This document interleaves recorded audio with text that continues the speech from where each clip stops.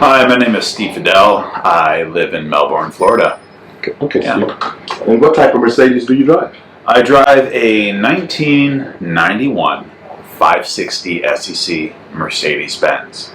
And yeah, that's right. The car from the movie Roadhouse, the one that Patrick Swayze drove. Boom.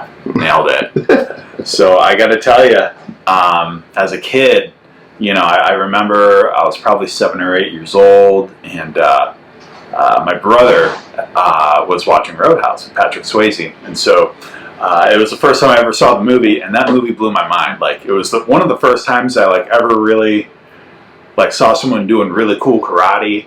Number one, he had the knife in the boot. Like, he stomped his foot and the knife came out. You had Sam Elliott with the Boston mustache and his salt and pepper hair, going back. It was real gnarly like that. And I was like, wow, dude, these guys were so manly and cool. And then a part of the movie, I see Patrick Swayze leave and hit some old Crown Vic or something that had all the tires stabbed out.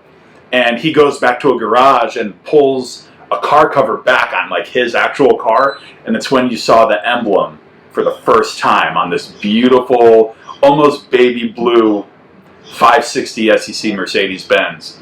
And man, when I saw that big Mercedes emblem and I saw it just pan on the car, I was like, it blew my mind. I was 8 years old, and I knew that was going to be my car when I was older, and I have it.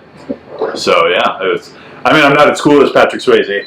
I do have a knife boot, but I don't wear it.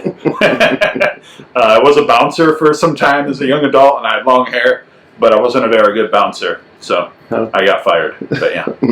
What do you enjoy about driving this car? Well, some people have spirit animals. I have a spirit Swayze. So the best part of driving that car for me is just kind of feeling really cool, I guess. It's a vehicle that makes me feel as cool as I hope that I am, but I'm probably not. You know what I mean? So I just get this vibe. When I get in that car, the only music I listen to is 80s hair metal. So I try to go back in time when I'm in this car.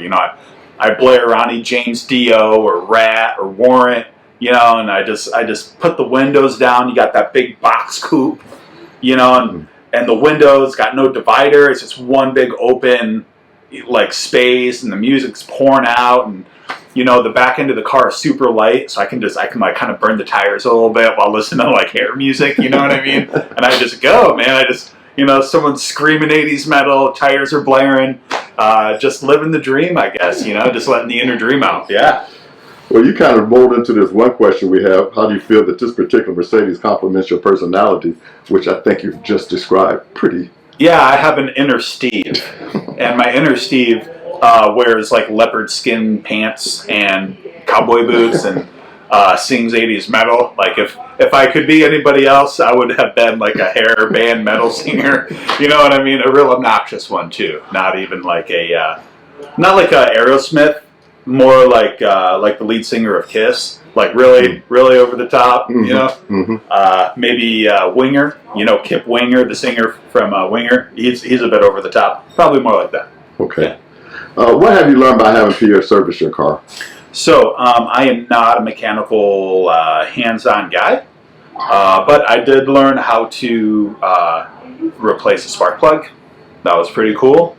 I also learned that I can trust Pierre to do a good job. I just give him money, and my car works awesome after, and it lasts. So that's pretty cool.